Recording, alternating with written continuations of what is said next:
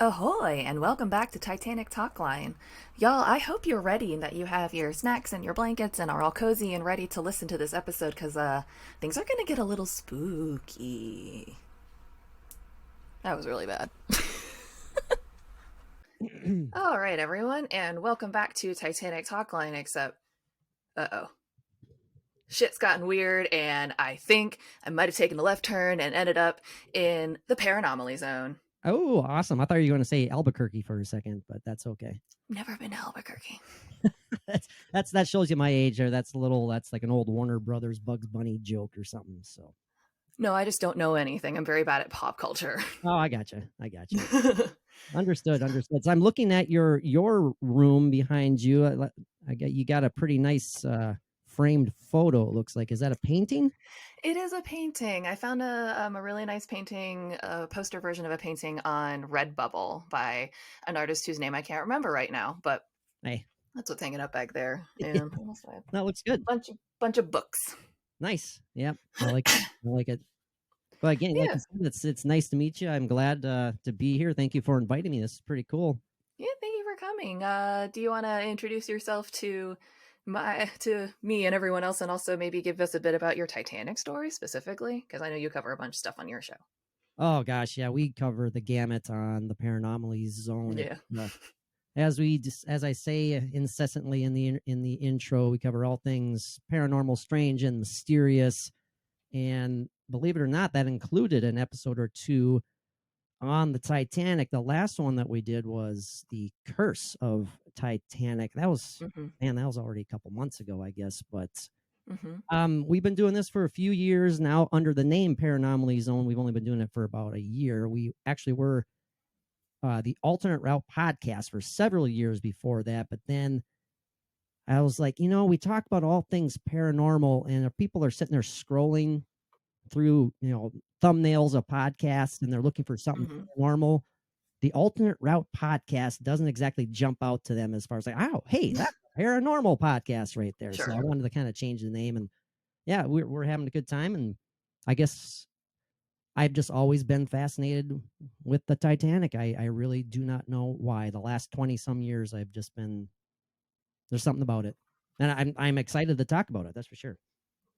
Yeah. So when you said it's been about 20 years, when did your interest in Titanic start? Was it, of course, was it the giant wave of mania that came around the time of the Cameron film, or was it a completely independent interest that what was your journey to Titanic? It's funny that you asked that, because when the movie came out, I should probably correct myself. I should say my passion for Titanic has been going on for, I would say, what is it? I'd say about 12 years. 12 years now. So a little bit less than 20. But my introduction to it, I was very ignorant about a lot of things Titanic, when the James Cameron blockbuster movie came out. Everyone and their grandmother went and saw that movie about 95 times, it seems like. And to be frank, I went to that movie back, I think it was in theaters for a year at least. That movie was running forever. Something like that. So I went to it towards the end of its run, and not by choice. My girlfriend at the time wanted to go see it, and I was like, oh, really? Really? You want to take me to this movie that everyone is talking about? I'm a big Star Wars fan. I don't know if you can see my collection behind me, but it's a very cool collection. Yeah, thank you very much. Yeah, that was right around the time when the hype of the Star Wars prequels was just getting going there, and I was excited about that. Yeah. I was like, okay, I'll go to Titanic and see what everyone is talking about. And I enjoyed the movie, but it wasn't anything that I was just like, okay, I don't get all the hoopla and the hype. But I will say this, for whatever reason, I'll never forget this.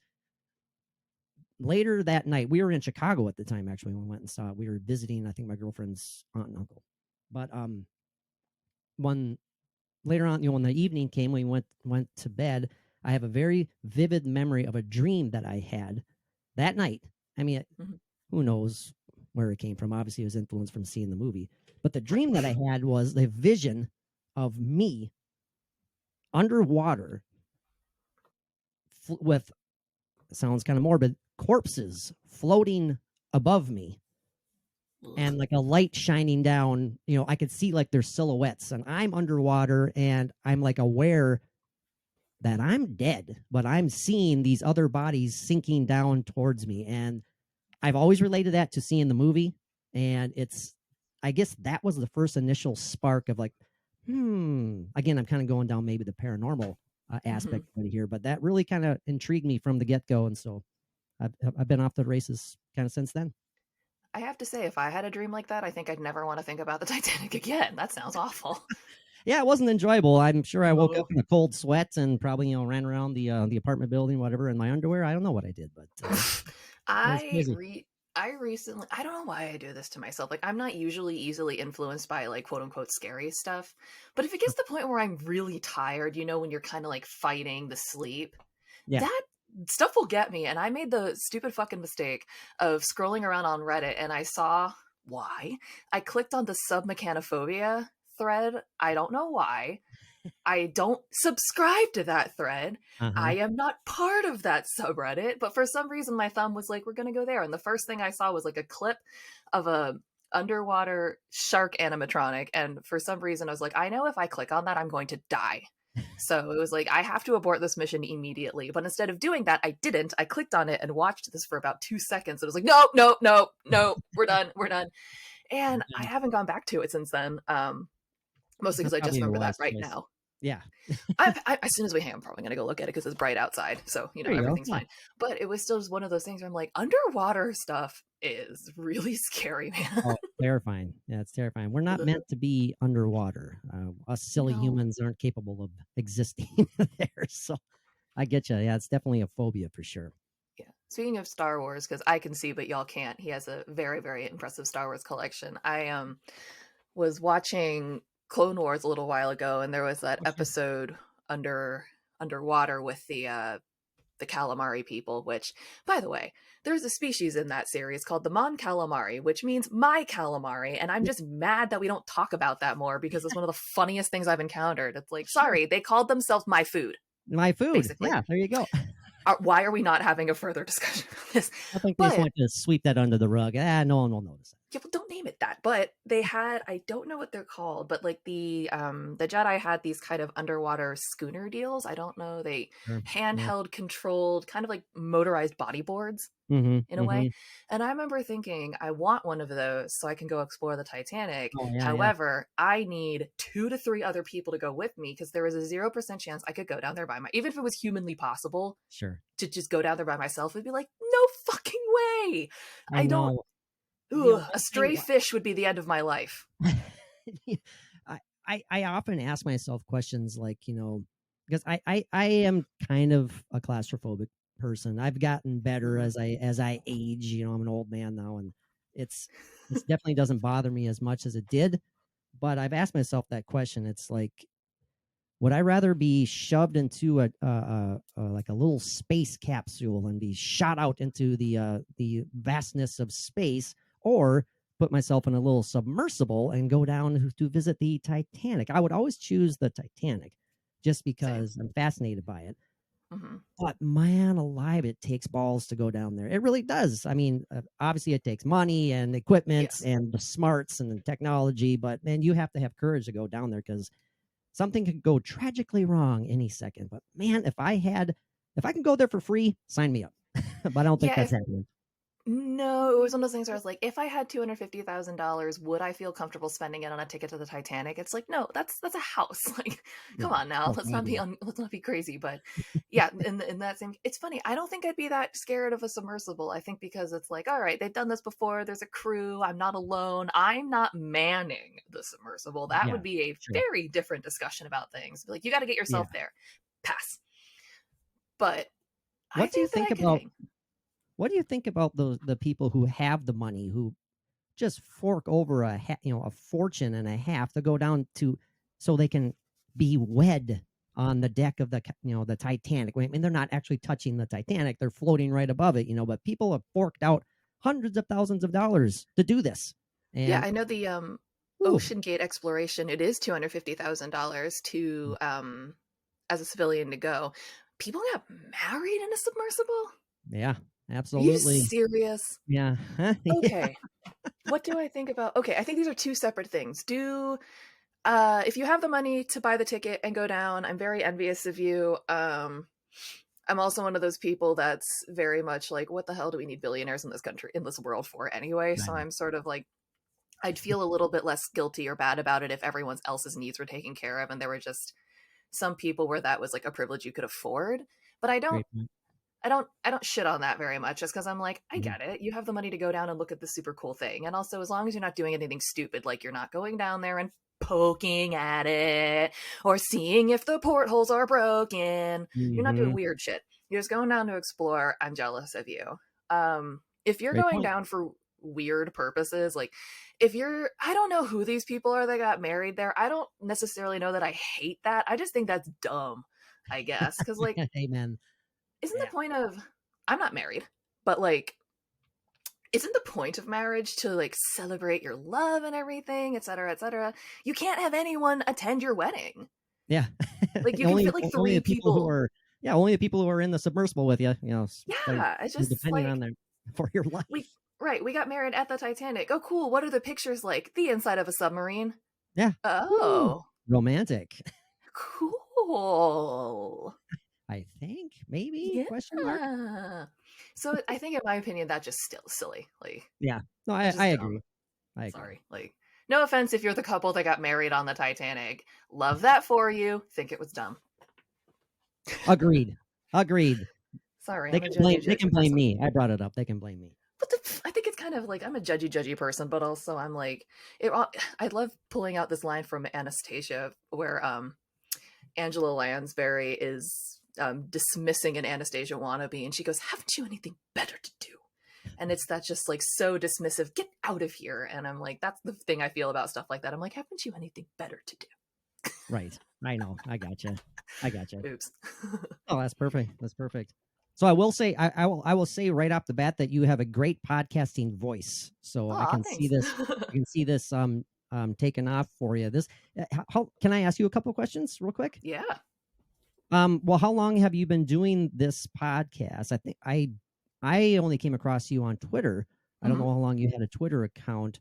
And what I mean, obviously you have a passion for the Titanic, but what kind of drove you to I want to start a fun podcast about the Titanic. So a couple things. I really, really enjoy the podcast My Favorite Murder. And it's hosted by Karen Kilgariff and Georgia Hardstark, and they've been doing that for several years. And it is a true crime comedy podcast, which Hmm. sounds a bit glib. It does, but in the same way that I kind of have these back and forth chit chats with people, they take a conversational approach to discussing true. I almost said something. I almost said true crime. True crime. So like they have a conversation with each other, and each week it's like, Georgia, I'm going to tell you a story about a crime, and then Georgia's like, that was a great story. Here's my story about a crime, and it's done in this chit chatty kind of way that's a little bit more uplifting and like not palatable, but it adds for me a sort of human element to the story because it's not just someone going, and on the fourth day of the investigation, the police had no leads. I'm like, I'm dying. Yeah. Literally that, because they'll say things like, I mean, the cops are just doing nothing. They're like, fucking come on, I know, right? And I'm sitting there like, you're right. So I really liked that approach. And I've always kind of wanted my own talk show. And I wanted to make a podcast and was like, okay, I'm just gonna have a podcast where I talk about anything. And it's like that is the broadest thing ever. And I need to narrow it down slightly. And I had no idea how to narrow it down into anything. And I kind of settled on Titanic because it's something that I liked a lot, but something that I'm also very not knowledgeable about in a way where I want to talk to a variety of people and learn a bunch of things and connect with other people. And that just seems like a really fun avenue to do it. And so far it has been. I've met a bunch of really, really great people. It's been a really fun time. And yeah, I kind Nice. of really just decided to start it off a whim. And I think I launched it in June of this year. I think first episodes went live in either June or July. I don't remember. Nice. Perfect. So Yeah, you're still you're kind of you're a newbie kind of I at am. this podcasting This is thing. a baby Awesome. podcast. Very cool. Very cool. Well, yeah, you got a listener here, so I'll be Oh, checking it thanks. out for sure. So I was actually listening to your episode, re-listening to the episode on the most recent one you guys did on the Titanic, and I really like a discussion you guys started the episode with, which was on kind of the concept of a curse being a self-fulfilling prophecy, and that whether or Mm, not you believe in the concept of like a curse in the magical sense, if you sort of believe it, you can make it true. yeah. Um, in that sense. And I think that's really interesting because I talked a little while ago, and I have over a lot in my past interviews about PTSD and trauma and survivor's guilt with the Titanic survivors. And I think that that ties in really interestingly to that argument you guys made about the like self-manifesting a curse out of trauma. Mm-hmm. Oh Because no, yeah, that's it's a mind bender a little bit, and yeah, it's if I'm sure you could get the gist listening to the first 5 minutes of how Mike and I just kind of banter back and forth, hmm and hmm we basically we start the show with a concept, and then I always make the joke that I have my professional notes, and they're all just sloppily written down on a piece of paper, and we just kind of go for it, right. we do prep, but not really, if that makes sense. And we kind of, like, you learn from your guests, we learn from each other, and we just kind of banter back and forth, and hmm the conversations go any number of ways. But yeah, I am not so certain how much I buy into the idea of, or the concept of, like, a mystical, curse, like the hmm Titanic was doomed from its conception. I'm not necessarily buying into that. Sure. But it's just, there's so many elements that went into this tragedy that it makes you scratch your head. It makes you think a little bit, or at least it does for people like me. Maybe I'm looking a little too hard. I don't know. My fiance Bridget always tells me that I make things a lot harder than they need to be. So that's probably the main issue here. But I go back to, even I think about how perfectly everything had to align that night, or even the months before the ship even set sail, how hmm perfectly everything came into alignment in order for that ship to strike that iceberg. When we're going back to, if that massive chunk of ice didn't break off from Greenland at that exact moment, it wouldn't have been in its location for the Titanic to strike it. You kind of get what I'm hmm saying there. I mean, even if it was a Yeah. minute later, the ship wouldn't have hit it because it wouldn't have been as close. Again, I'm Yeah. going way back, but Yeah. We're I'm trying not to chase the saying, butterfly from the effect. oh my gosh, right. That's a great way of putting it. It's like, I'm not saying that I'm buying into the idea of fate either, but there's just too many coincidences, too many odd occurrences. Everything just happened perfectly for this tragedy to happen. It just, I don't know how else I can put it. It was almost meant to be. I hate saying that, but it was like Yeah. this was meant to etch its moment in history in a tragic way. There was a lot of eggs in the basket of imperfect imperfect tragic things that led up to it, as you were saying, like, the really big ice field, and then there were other things like the coal strike, and Mm-hmm. the adjustment of lines because there was the coal strike, and then there were things. Oh man, there are just so many extenuating factors Oh, and what ifs when you go absolutely. back and look at things. When you see all these theories of like, well, what if they'd had the binoculars for the lookouts? What if this had happened? What if it had been a slightly rougher sea? What if there had been visible Mhm. stars? What if this? What if that? There are so many what ifs Right. involved in this equation that it kind of breeds a need for people, in some sense, to trace it back, to be like, there are just Yeah. so many what ifs that converged at the same time. Oh, 100% agree. Yeah. I mean, you mentioned the binoculars, and I think we talked about that on the episode. You do. Those, just the idea that, there was a change in the officers who were going to serve on the Titanic. Like, gosh, I don't remember if it was a Yep. day before or a week before, Mhm. but like, I know Officer Lightoller was originally the chief officer, but he was The knocked first back a officer. peg. The first officer, yeah, and Everyone was. everyone was knocked back because was it Wild who was then Yes. assigned as the Chief chief? Officer Wilde came in as Yeah, as the chief officer to Yep. replace Murdoch as chief officer. And because he came into the top, it bumped everyone down. He didn't That's come right. out in the middle and bump half of the down. It was Mhm. like, oh, we're all in the Plinko chart down now. Thank you. Yeah. Yeah. And I believe it was, I believe the man who had the key to the whatever you want to call it, the little cabinet that held the binoculars, he was removed from the crew entirely, and so therefore, Mhm. hey, guess what? He's not on the ship. They don't have the key. Therefore, the binoculars are not up in the crow's nest, which could have helped. But you never know. There's people who also argue who say that the environmental elements that were going into play that night would have made it nearly impossible to see the iceberg no matter what, even if they had binoculars. So again, it's kind of Mhm. it depends on how you feel about it. I'm personally of the opinion that I don't think the binoculars would have helped, and that's only because have you ever tried to use binoculars in a completely dark scenario? They Oh, don't I do got you. anything for you. Yeah. And Hmm. I also think that I've never been a lookout in 1912, but my guess is that You you don't, haven't? What? I know it's a surprise and I really should be more qualified to do this podcast, but I feel like you don't spend the whole shift with the binoculars on. My guess is that Right. like you're looking, huh, what's that? Binoculars. Oh shit, ring Yeah. the bell. Hmm. So that's why I'm like, I don't necessarily know if they would have helped because I think you need to see a thing before you you zoom in on a thing. Yeah. But I I'm gotcha. I also gotcha. there's two of them up there. Maybe one of them's job is to have the binoculars on at all times. I have no idea. Like, They can hold it for each other, to switch back and forth. I gotcha. yeah. I gotcha. So Or they each have yeah. one on each eye, one magnified and one There you normal. go. Yeah. Yeah. Well, they have to be kind of close up together anyway, so why not share that binoculars? So that's Keep you kind of warm. yeah, absolutely. Yeah, there's just so many extenuating circumstances, but like I like the discussion you guys were having about how it's like, yeah, in the same way that it's like I'm not sure that I believe in the concept of curses in that way, but if you Mhm. believe it, you can kind of make it happen.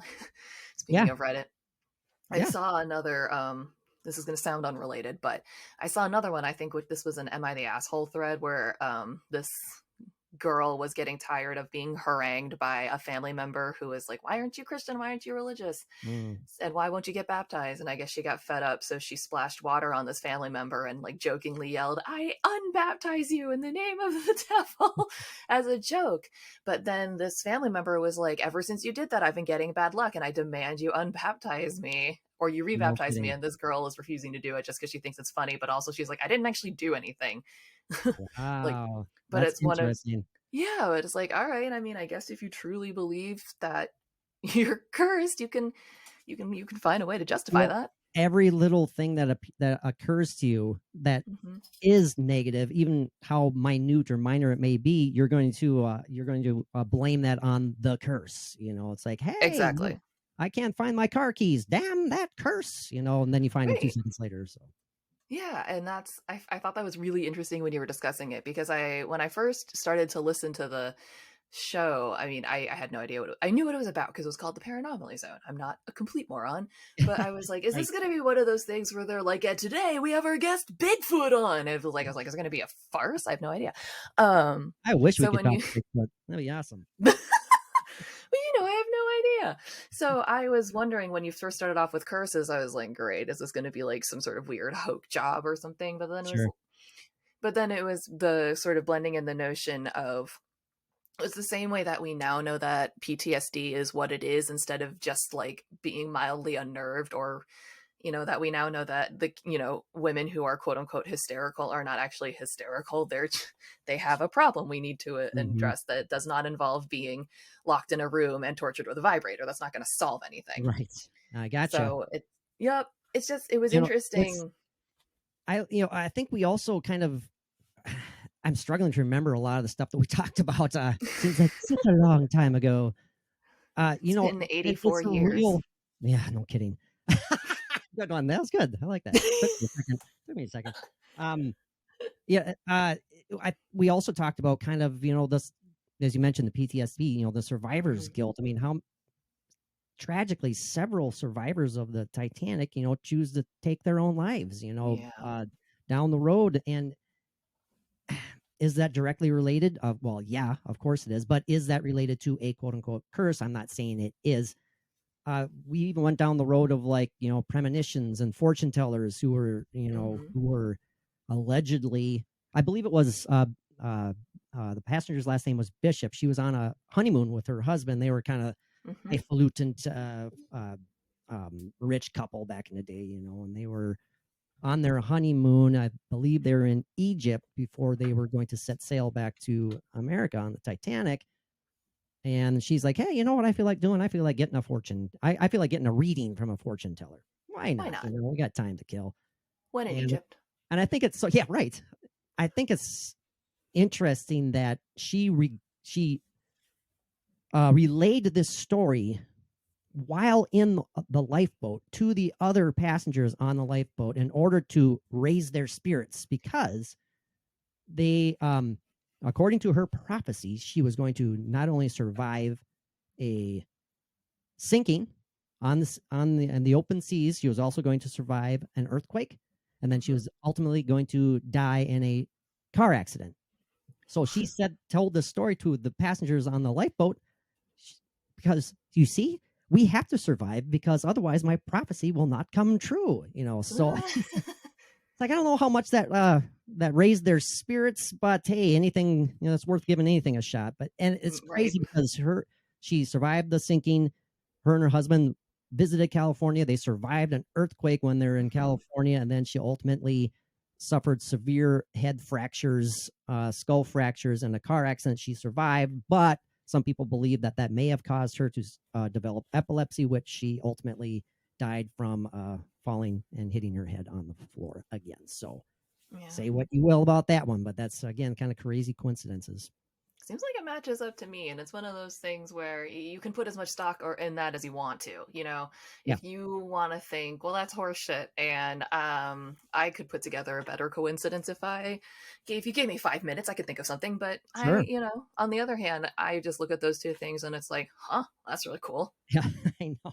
Nice. Must have been Yeah. cool to know that in advance. Like, I don't Uh, know where I come down in terms of like, I do believe that there's like something. I don't know what. I don't pretend to know what. I'm not an authority. I'm not yeah. religious. But I'm like, there's Hmm. something out there. So maybe the concept of like curses and good and bad luck aren't thoroughly out there, but I don't know that they're necessarily like common.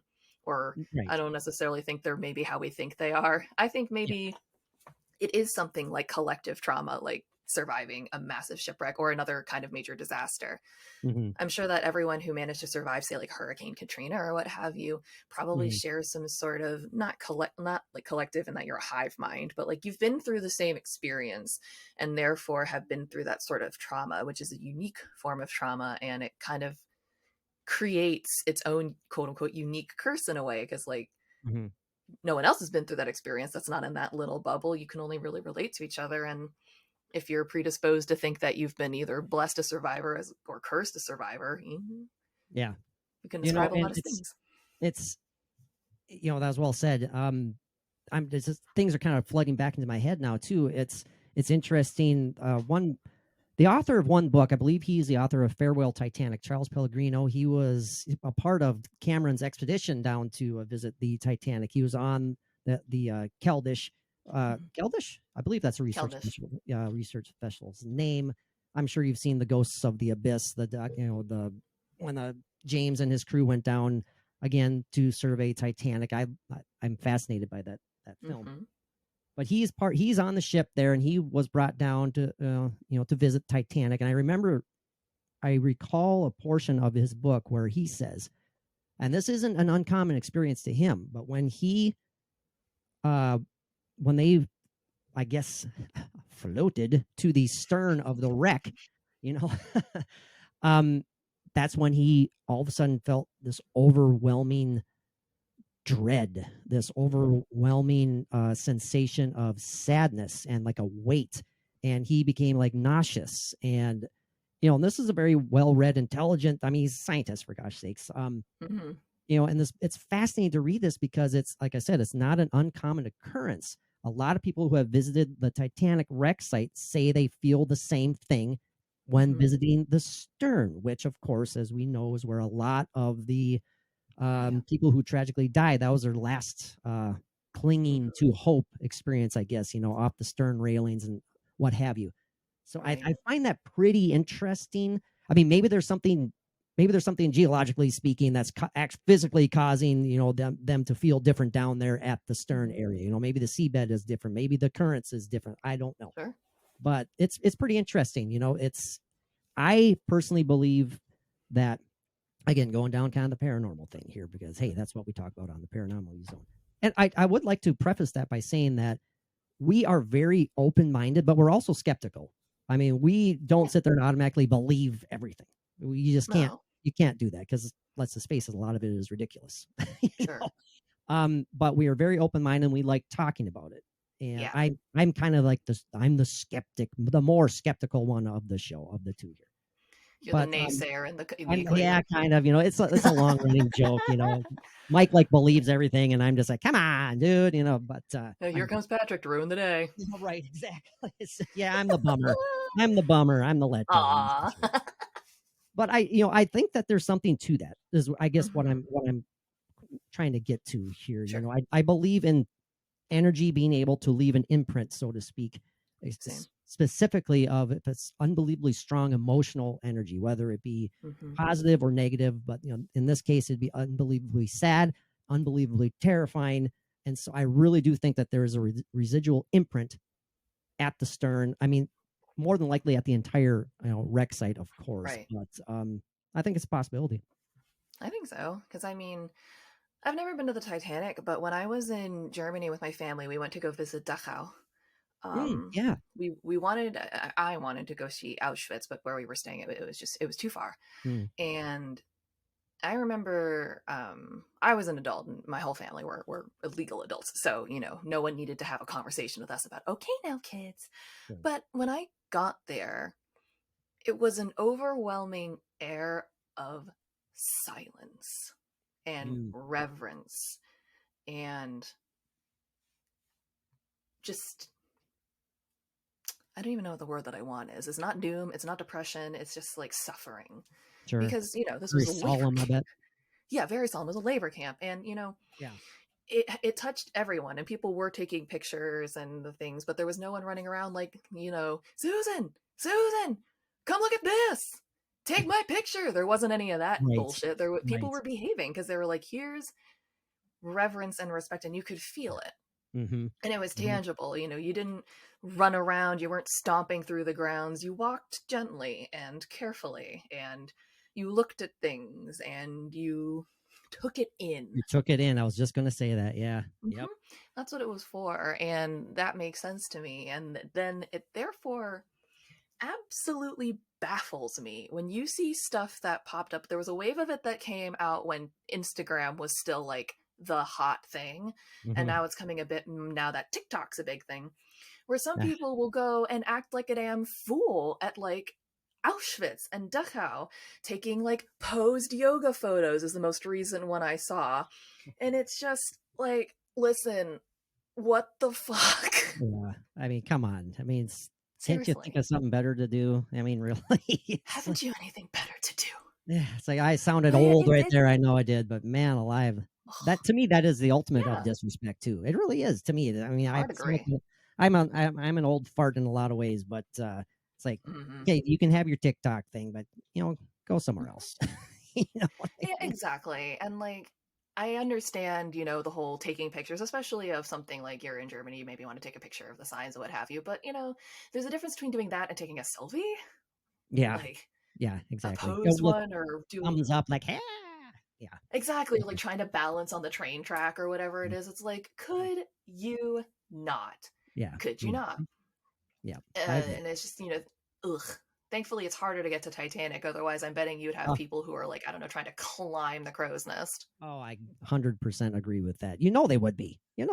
Or I guess they'd be dangling on it because it's, it's laying backwards on, on the deck there now. But yeah, it's, I have no, I have nothing further to say. I don't want to be negative Nelly right there and stuff, but just the TikTok thing drives me up the wall.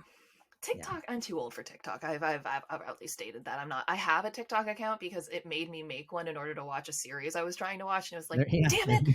So I created a TikTok account, but I'm like, I can't. I Well, think I would and find so something that would piss me off way too quickly. no, exactly. And I fell victim to it as well because I have two young daughters, two teenage daughters, and they were, Ooh. yeah, it's like, oh golly gee, but it's like, you gotta, the TikTok thing is really huge, and I'm thinking about promotion, of course. It's like, okay, I'll put the podcast on. I don't hardly ever put anything. I put like picture slides of like my artwork on there, and so I'm Yeah. like, hey, if you do this and do this, you might have some a chance to get some of this personalized artwork, and that's why I put it up on there. Otherwise, TikTok just irritates me more than anything. Yeah. Yeah, so it's not for me. It's not for me either, and I think I've talked about it a lot, and I'm going to talk about it again. And it's because I think the algorithm's really dangerous. Yeah. I'm in my 30s. I'm a grown adult. I'm a little bit more able to gauge things, but I see how many teenagers and younger teenagers use it, and it affects them in such a negative way. Like there's this huge wave right now of kids faking having mental disorders on TikTok for clout/attention. Yeah. And I understand being a teenager and needing attention because I remember I'm still one of those people that's like, I need attention. So I understand that need. But there's so much healthier ways of doing it than literally pretending you have schizophrenia on TikTok. It's just like Agreed. that's very dangerous, and it's also kind of Dangerous. obscuring any actual incidents you or problems you need to discuss with Mm-hmm. this very weird shield. But with something like that, I have a friend who's a middle school teacher, and she says that quote unquote movement spreads and spreads fast. And she's having so many more students who are having this, and you have to deal with it in its own way. And I'm just like, this is all coming off of like freaking TikTok, man. Yeah, I know. It's and bullying is another aspect, Oh online man. bullying, and it's also it's kind of another example of the boy who cried wolf too. You go up there and you post all these fake dilemmas you are supposedly going through, and well, what Mm-hmm. are you going to do when you actually encounter a real dilemma? So it's who knows. I'm very happy to be off of TikTok. So, Yeah, it just freaks me out a little bit because I'm like, I don't know what's in there. I don't know yeah, what's in there, and I don't like yep. it. Nope, I agree. Again, I agree. So. Ugh, I don't know, but I imagine especially it's really interesting if you start looking into anything paranormal. You're just like, I've entered a war zone. Well, and the thing is too that everyone has technology at their fingertips. They could make a movie with their phone. And that's Hmm. what drives me insane. That is like if you are to try and seek out legit like paranormal footage of any nature, it's like, how do you know if it's legit or not? You can't. Hmm. It's everyone is so good at creating, these what pieces of art almost, and it's maddening for people like me and my co-host Mike, because we have to go back to old black and white footage half the time. It's like, well, they couldn't have faked this one because it's 75 years old. So but Fair enough. hey, yeah, it's a madhouse out there, that's for sure. Yeah, and there's especially when it comes to things like the paranormal, where it's really hard to have tangible proof of things. Mm-hmm. I think that it sparks and inspires a lot of debate. Whereas, like, I'm not big into the. I love hearing stories about it, but I'm not like a ghost hunter or anything. I'm not Yeah. looking for stuff. Mm-hmm. But I sent you the story about the once I went with my ghost hunting friend Yes, yes, and yes. our mutual friend Sarah to Moonville. And I'm like a half skeptic, half not. So I'm like, I'm very open to this being haunted, but it's like I don't necessarily think that one of us is gonna get possessed per se. I don't Sure. know. I don't know how I feel about that. But as soon as we got there, I was like, no, thank you. Yeah. The vibe Mhm. here is terrible. I don't want to walk here. And it freaked me out, and I was like, wait, I'm never messing with a ghost again. Great. My friend, however, Audrey the Intelligent, decided to go on and continue messing around with ghosts and stuff. And I think is still a member of like a ghost hunting club that they started in college, which is very impressive. And they actually went on like haunts and investigations and stuff. And but they've run into some stuff. And I'm just whenever she tells me these stories, I'm like, oh my God. Yeah. Like, Uh-huh. don't do that. That sounds why Well, would you want oh even Mike and I have for several years, we first became friends, I'd say 15, 16, 17 years ago, whatever. We were co-workers. We worked in the same orthodontics lab. hmm, And when we became friends, it was because we shared a mutual interest in the paranormal, and we always kind of joked even back then. It's like, we need to like start a YouTube channel about all, talk about all of our paranormal stuff. This was back in 2006 or whatever it was, And, Right. but we are definitely amateur when it comes to our personal investigations, and again, I don't want to necessarily harbor on all things paranormal here for your Titanic listeners, but it's I keep bringing it up. Okay, I blame you. Do it. It's something that we're passionate about it, but some of the stuff that we have personally captured, that stuff is so important to me. If you want, okay, cheap plug here. People, if they want to go check that stuff out, they can actually go and check out our extra bonus content on our PARAnomaly ZONE Patreon page. But I understand if you don't want it. I understand if you don't want to, but I have to throw that out there. Our own personal EVPs, and one of them that we captured is one that will always blow me away, just because it is so connected and makes sense to a tragic story that occurred at that very location. And now, very briefly, what it was. This was at Mike's locale. Now, Mike has lived like a very haunted life. That's no joke. Everywhere he's been, he's like a sensitive, and things just happen. He and Audrey need to have a sit down, and I need to be 300 miles away from it. I'm telling you, that's no joke. He's lived. When I say haunted, I'm not even saying that in a negative way either. He's apt to experience such things. Me, on the other hand, I am like the furthest from it, and I'm like, come on, slap me, do something. I want something to happen, but at the same time, I'm kind of like blocking it, so it's the story that sounded like a challenge, by the way. You're gonna get a ghost slap with a white glove. Well, because it's an inside joke where we always say, Patrick, you're gonna have to literally be slapped in the face in order for you to believe that there's something out there. I'm like, okay. So, I lost my train of thought now. Oh, back to the one EVP that we have just blows me away. No, that's totally fine. Is we're at his house. His house had some very serious activity going on. Mostly positive. Sorry, I don't want to narrow in on him, but what's that again? What state is he in? Because there's some states that I think are more haunted than others. Well, this was when he lived in Minnesota. He lived in the same town as me. He lives in North Dakota now. I'm still in good old Minnesota, and we were at his house. Very active house, mostly positive stuff. I don't think he ever had any negative experiences there. Mm-hmm. But at one point, we were doing a quote unquote investigation. We just had we were kind of taking breaks between whatever the hell we were doing, but we still had our little digital recorder running. We had that running at all times. We had it right on his little island there in the kitchen. And you hear he and I talking casually in the background. You hear the two friends who were with us at the time talking. And you can tell by the audio that we're a good 10 feet away. Then you hear us walking down Mike's steps down to the basement. Mm-hmm. And you hear our voices just slowly fading away, all four of us. And until you can't hear anything. And we're questioning something that had occurred because Mike was showing me, he's like, every time we come here, this door is always open. We shut it at night and it's always open when we wake up in the morning. And I'm like being all poopy about it. I'm like, what is it? What's that? Loose joints. It's the wind. What's going on? Hinges and all that crap and blah, blah, blah.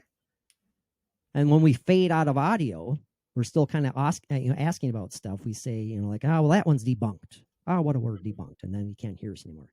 And then clear as day, all of a sudden you hear, picked up on the recorder, we hear a female voice say, "It's Debbie."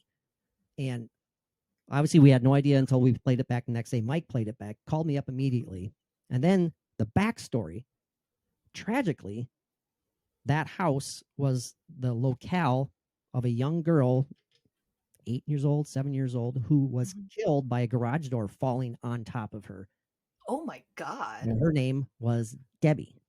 And so that's interesting to me. I mean, enough that the audio itself is enough to kind of even blow away a skeptic like me, because we're not faking it. It's there. And we'll always rely on that. But it's so related to that story. It's like, what is going on there? What did we pick up on there? I don't know. It's pretty darn interesting. I creeped out by it, but I love it. Yeah. I think the closest I ever came to that was I bought one of those Ouija boards because I'm an idiot. Yeah. And no, thank you. Yeah. This was when I was in my late teens. So I blame it on being still a teenager. Sure. And, I couldn't get it to work by myself. at first because you normally need a group. So I did it with Audrey a few times because when I visit her, she was sensitive and it was kind of fun. But I started to get it to work on my own. Oh gosh. And instead of taking that as a sign to stop, I continued to use it. I don't remember making contact with anything dangerous or anything, but I remember one day I was just fucking around with this and having whatever conversation I was having. And I just remember thinking to myself, what the hell are you doing? What are you doing? So I just basically did the sign off. I was like, okay, bye. And then left. Bye. Immediately put it on Craigslist. And I think about 3 hours later, a couple of slightly younger teenagers came to pick it up from me and they looked really excited. And I just handed it to them and shut the fucking door. There you go. So that's my really enthralling story. Oh no, that's great. I have never. I'm terrified of Ouija boards. I mean, I'm not terrified of them, but I'm just like, nah. Nope. I was raised Catholic. I don't know if that tells anything about me, but I had a lot of stuff kind of embedded in my system, so to speak, you know, and I'm still trying to expunge a lot of it, you know. Does it mean you're always wearing at least one item of clothing at all times, even in your sleep? Like, you just gotta have one glove on for comfort? Oh, yeah, absolutely. Yep. Yeah, no doubt about that. You know, I still have nightmares about being an altar boy, you know, but that's a whole nother story altogether. But it's something I've never been interested in until just Mike purchased one just last year, and we decided to do. He talked me into doing a Ouija board session. That's how I always like to pronounce it. Gotta emphasize that OUI Ouija. And nothing happened. Thank goodness. But Mike was very disappointed. You know, he's like, God damn it, I wanted something to happen for you. So I was like, nope. I think it's me. It's my fault. I'm blocking everything from happening. But hey, again, I'm gonna get you in touch with my friend, and that's gonna freak you out. I'm okay, awesome. I'm looking forward to it. Oh, by the way, do you mind if we share that story that you sent me on the podcast? Go ahead. I'll come on your show and tell it to you if you want. Oh, that'd be perfect. I'd love that. Yeah. See if I can get the idiot to come with me. She'll come. See if I can do that because, yeah, it was a wild and terrifying story that was slightly backed up by external sources, but yeah, we'll save that for your show. That'll be an exclusive for your show. Awesome. I appreciate it. But yeah, I feel as though, you know, even if you don't believe in like ghosts, like going back to stealing Ahsoka Tano's underwater scuba, if I went down there, I don't necessarily think that I would see any like a spectral figure. I don't think that I would suddenly find someone grabbing my wrist and being like, Miss, beware. I don't necessarily know that that's what I'd encounter, but I think I'd encounter a lot of like feelings of foreboding and sadness. I feel like there would be probably pockets of terror and maybe panic and just overwhelming like depression. I feel like I'd be more likely to be not spiritually, but like emotionally affected as opposed to like seeing a thing. I don't think I'd see things, but I think I'd feel more like, oh my God. Yeah. I got out of here. Yeah, no, I agree with you on that 100%. Yeah, I don't necessarily buy into the option that there's, like you said, that there's, you know, spectral phantoms still roaming the deck of a Titanic. You know, I don't necessarily buy into that. But definitely, again, going back to that residual imprint of the negative energy and just the emotions. And if you are sensitive, you know, that's, or even empathetic, you know, you're kind of more open to feeling those emotions. I absolutely 100% buy into that. I think that's a very, very, very, very real and a very real possibility for sure. So I hear, one of the things I hear from the people that I interview who are survivors, not survivors, descendants of the survivors, is that for many of them, when they're actually able to visit the grave of their lost one, is that they feel and have a very emotional moment. And it's because of that very human tie. Oh, sure. Absolutely. Now, how do you feel about recovering artifacts from the Titanic wreck site? I like being asked this question. Oh, okay, sure. feel a mixed bag of things because I think there are some things that are like quote unquote free game, and I think there are some things we should leave. I'm personally of the opinion that we should leave things that belonged to people, like luggage, trunks, glasses, watches, things that were personal items. But I think that maybe stuff that was just part of the ship, things like deck chairs, not pottery, not even glassware. What the hell am I talking about? Like plates. I don't know what they're called. Sure. Yeah. Plates and cups, things that are loose and recoverable. I don't think that people should be like taking stuff off the big structure. Like, don't take off a door, don't cut a Yeah. chandelier loose. Like, if it's loose and you can pick it up, sure. But I'm personally of the opinion that if it belonged to somebody, that it should stay there, unless you can identify exactly whose item it is, and Mm, the family gives you permission. Like, if you're like, we found John Jacob Astor's wristwatch. Did he have a wristwatch? Were I'm sure he wristwatches did. around at that time?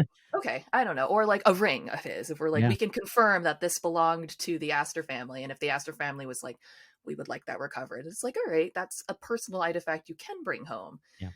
But that's how I feel about things, because if it didn't belong to someone, then you know, if it's being brought back to be displayed, I'm okay with it. But I also am not a big fan of people bringing things up and having them disappear into private collections. I'm not a big fan of that. Okay. Sure. No, that's a great way of looking at it. Yeah. I agree. I agree. I've never personally had a problem with recovering a lot of items. I like your Mm-hmm. argument because if it's personalized, let it rest. But I'm also all about preserving history and Mm-hmm. salvaging important things. I mean, they're important to geeks like me, but it's important Sure. for history. We need to keep as much as we can. I am of the belief of that. So Mm-hmm. I agree with you on that notion for sure. Did you ever visit any of the like Titanic museums or any such displays yourself? Yeah, I got a chance to go to the museum in Pigeon Forge, Tennessee, and that was really a fun experience. And in October, I'm going to Vegas, and I'm planning on going to see the Luxor exhibit where they have the big piece. That's awesome. I've been lucky enough to visit that twice actually. Oh yeah, Is Yeah, it's unforgettable. yeah. The big piece is impressive, and again, Bridget, my fiance, she had a very strong emotional feeling Hmm. when it was right there. And you're obviously you're not allowed to take photos, obviously, or anything like that. So you just have to take it all in. And seeing all those other artifacts on display, it's just it really, if you allow yourself to start thinking deep about it and saying like, my gosh, this bottle, even if it's a closed bottle of beer, an open Hmm. bottle of beer, it's still like it's something about it. It's like this Yeah, is, I'm not going to say magical, but it's moving for people like me. It is. So I don't know. Maybe yeah. I'm an I mean, oddball. I don't know. I don't think you are. I think that what it does is provide proof that, the whole "we were here" thing, Yeah. where Oh, sure. you discover the proof that, it wasn't just the big people, wandering around that we knew about. There was ordinary people that were just there and trying to enjoy their lives and have tea or beer or, Yep. I don't Mm-hmm. know, read a fucking book on the Yeah. deck. There were just There you go. people trying to live. There's Uh-huh. all these glamorous stories about people having their honeymoons and blah blah blah, but there's a bunch of people who were like escaping poverty, and there were a bunch of people who were really looking for opportunity in a new world, who were just like, I'm on this boat to live my life, please just Mm-hmm. leave me alone. Oh, And 100%. I think that's why I'm of the opinion we should leave personal stuff behind, because we're like, we don't know if that person wants their shit taken. Like, Yeah, I know. I'm I'm of the personal opinion where, like, if I'm dead and no one in my actual family wants the thing, you can have it. Like, if Yeah, I just die in go some ahead. weird way and they're like, "Oh wow, we found this woman's suitcase," I feel like, have my clothes. Like, I don't care. Yeah. Maybe don't take them off my body, but that's just a suitcase. You can have Yeah. it. But I've made my wishes known. And but if like someone's like, when in doubt, leave it there. I think that's where I fall down on it. But I also do think that it's important to bring some things back, because they let you. It's no longer theoretical anymore. Yeah. Well, and it's an even stronger, more tangible way of keeping their memory. It really Hmm. is. Keeping the memory alive. Not that it's ever going to dissipate. I really don't think it is. I was blown away by that. The discovery and the confirmation of the discovery of Wallace Hartley's. His his Violin. instrument. It's so that was amazing. So I have no problem with that being recovered. Absolutely not. How could you not? I mean, you find that Hmm. thing, you get it confirmed. It's like, well, I feel bad about. Let's throw it back in the ocean. Phew. Like, Yeah, I don't think so. I don't think that so. So that's I'm a I'm all harder. about exploring it still. In kind of a safe. It's not even safe because all these submersibles that keep going down and visiting the Titanic, no matter how careful they are, they're still adding damage to the ship. The wreck Yeah. site. So it's like I want to learn more. I want to keep exploring, Hmm. but I'm also like worried about it. You know what I mean? Same. I'm like, could you not land on it maybe? Yeah, Because this is a exactly. very fragile structure. Exactly. And you never know what's gonna be the thing. Because I genuinely have no idea what's holding the ship up anymore. Like, I don't know how much of the Hmm. actual structure is intact or how much of it is just like, well, it fell in this position, so we're stuck here Yeah. until the left joint gives out. Yeah, And it's sure. just like, yeah, I don't know. I feel like at some point, probably sooner than we think it'll be, it might just fall apart. Hmm. And it's like, could we stop doing stuff to make that happen sooner? Even sooner. Yep. Exactly. Let's You just know, it's leave that. nature is taking its toll, and it's going to be, Mhm, it's going to be entirely gone before we know it. The mhm, anchors will still be there. The propellers will still be there. But mhm. as far as the superstructure, there's not going to be anything left of that. Yeah, So I think that eventually the bow is going to look a lot like the stern, where it's just a bunch of pieces. yeah. It's not Mhm. going to explode, but it just eventually it's going to start degrading and things are going to start caving in and falling apart. And maybe the original, like very front of the bow, the actual iron part will stay intact, but I think Mm, eventually the wood's going to start to rot through all the way. And sure. Oh, yeah. it I just agree. it's just how nature is. Like you said, like nature's going to reclaim it in some Yep. form or fashion, and we're not helping it if we keep Yep. dropping shit on it that weighs 100 freaking pounds.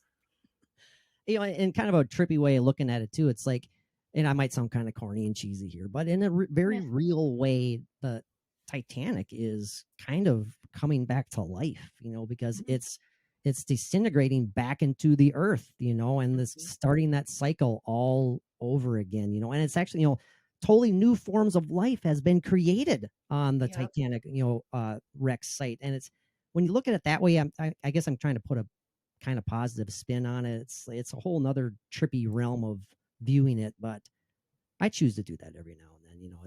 It will always be alive in some Mhm. shape or form. And that's how I think about the world at large. Because, I'm not particularly religious. I kind of believe that when you die, you go back where we came from, which is question mark, question mark, question mark. Yeah. And I don't know where the hell that is.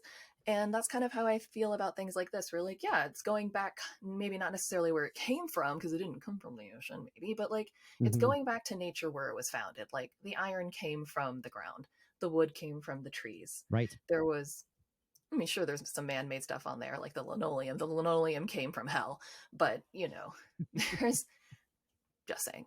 But there's a bunch of things that are Just eventually saying. going to. I have an opinion, but there's things that are just going to go back to the earth, and it's kind of poetic in that way.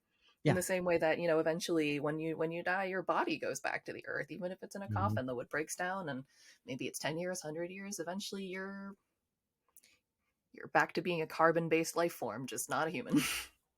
Yeah. No, I agree. I agree. What are your I don't know how much time you have here. I want to try and make sure we can talk about certain things here. Um, what are your thoughts? I'm sure you've talked about this several times. So I got to get your opinions on the Cameron film. I'll just leave that as a very broad question right there. I mean, how do you Yeah. feel about James Cameron, and how do you feel about Ooh. the movie?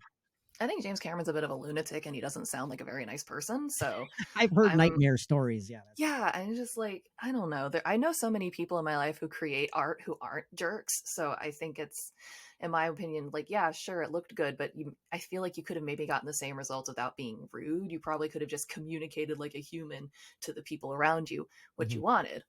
And Mm-hmm. so that's why I'm always reticent to also to give him all the credit because yes, he did direct, edit, produce, and everything, but the costume designer was absolutely astounding. The performances done by all the actors was really, really good. And there was a bunch of people involved, James Horner and his soundtrack. There were so many people Mm-hmm. involved who brought it to life that while he did a lot of it, I don't want to give him all the credit also just because like you seem rude, but I really liked the movie.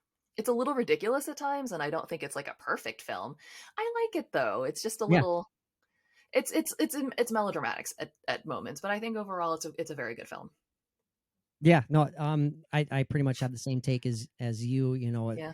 I, like going back to my original story of seeing the movie for the first time. I wasn't exactly blown away by it, and I wasn't like a Leo, dreamy Leo, and all that stuff. Shame on That's you.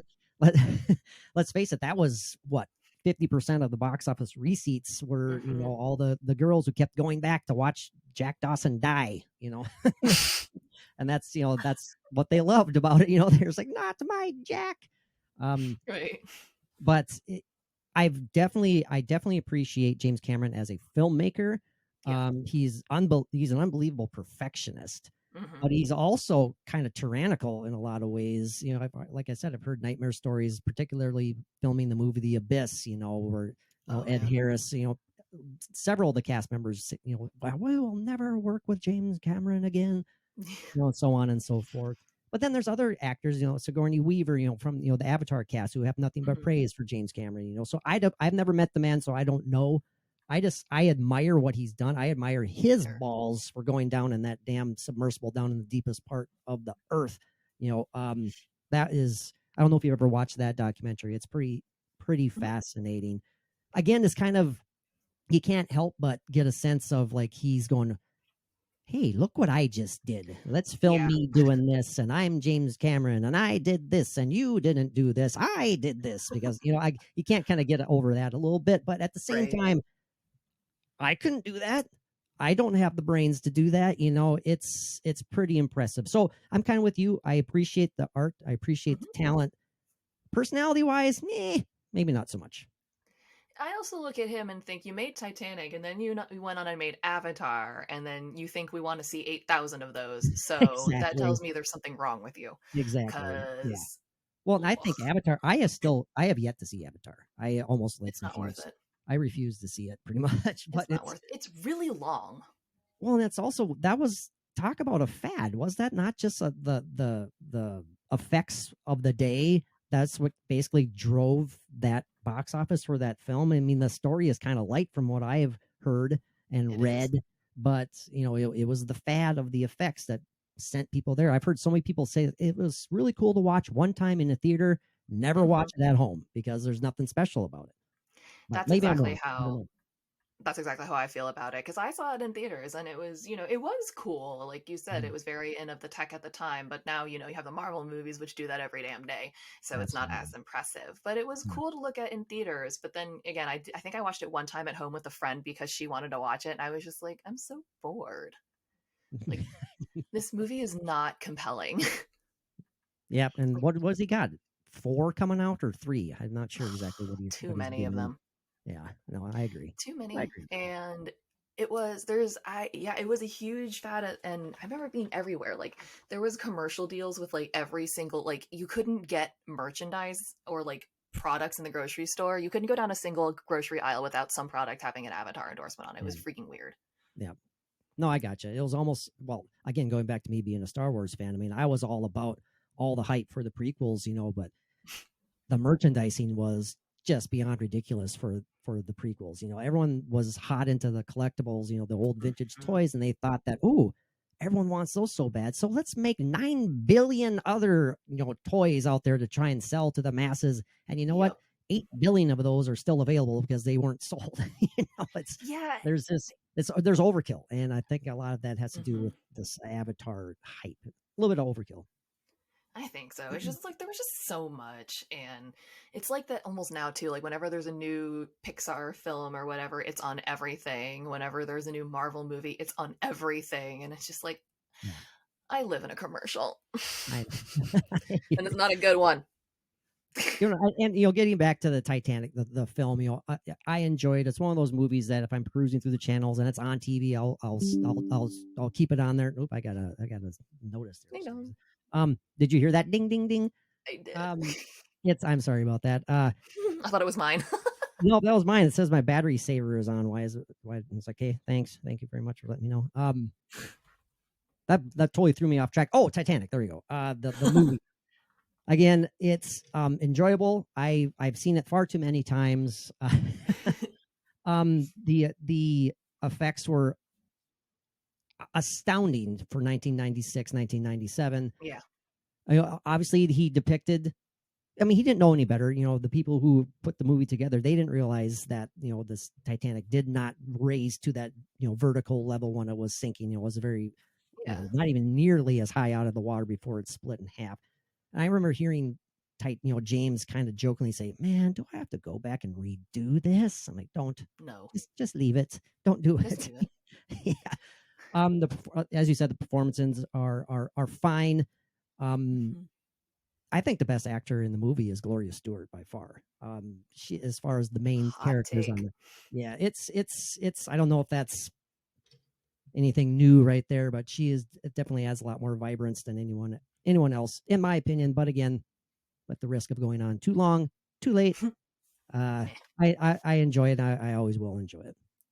Well, I think it's a good movie, and even though it has its flaws or whatever, Yeah. it's the same way that you can look at almost any other movie where it's like, yeah, I like it, but it has Mhm. issues. Oh, of Well, course. Yeah. and that's how I feel about it. I'm not out there arguing it's a perfect movie and everyone needs to watch it and love it. I'm like, no, No, if you don't like it, you don't like it. There's flaws, and absolutely. every argument I've heard against why people don't like the movie, I'm like, that's fair. Oh, 100%. Yeah, I agree with all of it too. Sometimes the acting is sometimes the dialogue is just, Oh it's my like, god, ugh, really? I mean, come on. dialogue's pretty intense. People people complain about, George Lucas's dialogue in the prequels, I don't like sand and stuff like that, but it's uh James That does Cameron sound isn't like it that was much written by better. James Cameron. So is again, it's the Titanic is just something that I've just been enraptured with. I've learned far too much about, well, I shouldn't say that. You can never learn too much. I've Nah. absorbed myself in several books, and you learn something new every day. Oh, that's what popped in my brain. Something just popped in my brain. I want to ask you about it. Your Okay. thoughts. I mean, we can go any number of ways. Again, I know you're limited here. Eh. Your idea or your thoughts on the Californian, Mhm. and was it or was it not close enough? Did Captain Stanley Lord do all that he could to help the Titanic as it sank? Do you think it's been overblown? What are your thoughts on the Californian? I think there's a lot going on with the Californian because there's also, this is pre-cell phone era. It's not like Captain Smith could call up Captain Lord and be like, "Help, we're over here." They were relying on a bunch of old-fashioned tech to try to get in touch, and the Marconi operator was done for the night, Mm-hmm. so they couldn't call in and let anybody know. And there is this argument that they may have seen, lights or flares. And I'm like, I can't say definitively if they did. If they saw the lights and or the flares and did nothing, or didn't at least attempt to try something, then I think they're very much at fault. However, they were also stuck in ice. Mm-hmm. So if they did see it and they were like, there's no safe way to get there because we are stuck, it's sort of like, well, I don't really know what they should have done if they were Yeah. genuinely stuck. I mean, I also don't know how far away they were. Like, were they close enough where they could have like sent their lifeboats out to meet Titanic's lifeboats and been like, "Hey, we can't get to you, but we're gonna do this weird little Yeah. switchity switch. We're gonna go back." Yeah. But It's a tricky. in, It's definitely tricky. mm-hmm, I if you haven't read it, I highly encourage the book, The Other Side of the Night. It's mm-hmm, a large portion of it focuses on the Californian and the Titanic that mm-hmm, night, and what the California, it definitely takes a anti-Californian stance. I'll say that. And so okay, I've been kind of influenced by that one, but I've also read a lot of pro-Californian takes on that, and they think that St. Lord got a bad rap. sure, It's but there are things that are definitive, that are known facts. mm-hmm, People on the Titanic saw lights, so much so that Captain Smith ordered people to, hey, let's start sending lifeboats towards those lights. mm-hmm, The crew of the Californian saw flares. They saw white flares. They saw the same amount of flares that were known to be set off from the Titanic. I mean, that's really, I mean, if that was a different ship, wow, that's coincidental because there's arguments that there's actually another ship in between them, and they're both seeing that ship. And no one knows for sure. Some of the closest estimates say that the Californian was within 10 miles. The British Inquiry says that it was 17 miles away. mm-hmm, Who knows? Yeah, yeah, it was trapped in ice. It was floating. It made it rotated, 180 degrees. That's what people said they saw. They thought a ship was coming towards them because the mm-hmm, port light slowly disappeared, but it was actually just floating in the current, it was making a full right, round circle. I tend to side against the Titanic. I think that now this is, again, I'm strongly influenced by this one book. mm-hmm, I really think that Stanley Lord could have done more, and I really think that he tried to cover up his known mistake when they realized that the Titanic went down, and they looked in those, in their log books, and he insisted on editing those log books the next morning. It's just, I don't know, man. But again, Yeah. how terrible was it that the radio was shut off because they were told to shut up, and so they're like, okay, fine, I'll shut up. I'm going to shut you off here then. Now try and contact me now, buddy. It's End of so my many shift. I'm little fucking things like done. that. Yeah. So I guess I kind of tend to lead to the anti-Californian stanza, but that's just me. I guess I don't know enough about it to formulate an opinion in that way. And I think for me, it's more just like, you'd really hope that people wouldn't be that callous to know that something is amiss and you're not even going to like take a second look. It's like, that's not normal. Right. You know ship protocol. Come on now. Could you just at least like open your eye and take a look and try to ascertain? Because I would hope if they saw the flares and the light, and it's like, what that means. You'd hope they see it. And it's like, I'm praying they didn't see it. I have no fucking clue.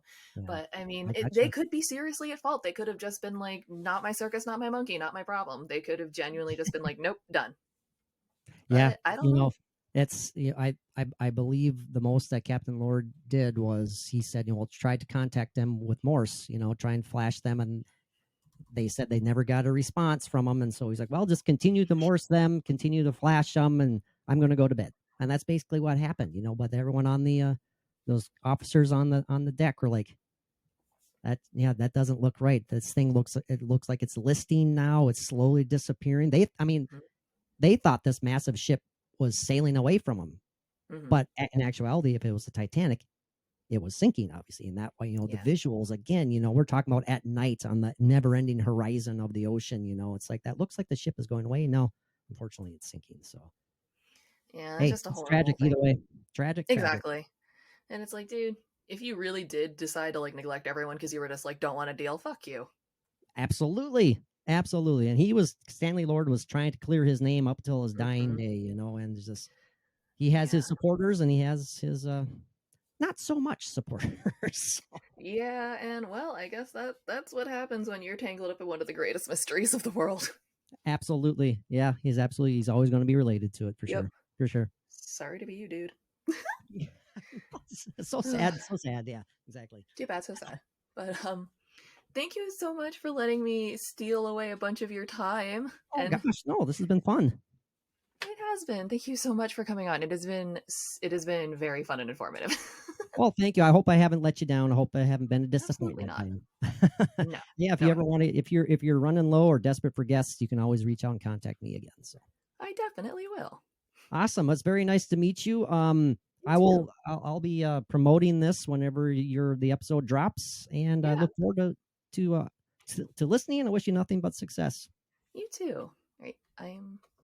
I would like to thank Patrick for coming on and managing to have a conversation about Titanic and ghosts and Star Wars all in one go. That was very fun for me. And I hope that it was very, very fun for you. And if it was fun for you, which I don't understand why it wouldn't be, you should be in touch with Patrick because Patrick is cool people. You can find him on Twitter at PARAnomaly ZONE. PARANOMALYZONE, all one word, and he has Facebook and Instagram for PARAnomaly ZONE, and also one for his own art, which he does share on his Twitter as well, and that's Kaufenberg Arts. You should just go see his portrait. He has a really, really good one of Gordon Lightfoot. I love it. Anyway, if you want to get in touch with me to talk about Star Wars or Titanic or ghosts, you can email me at titanictalkline@gmail.com or find me on all the socials, Facebook, Instagram, and Twitter at Titanic Talkline. You can also look at my TikTok, but it might be like 8 months before I actually see anything that you sent me there. But I'll see you next time. Bye.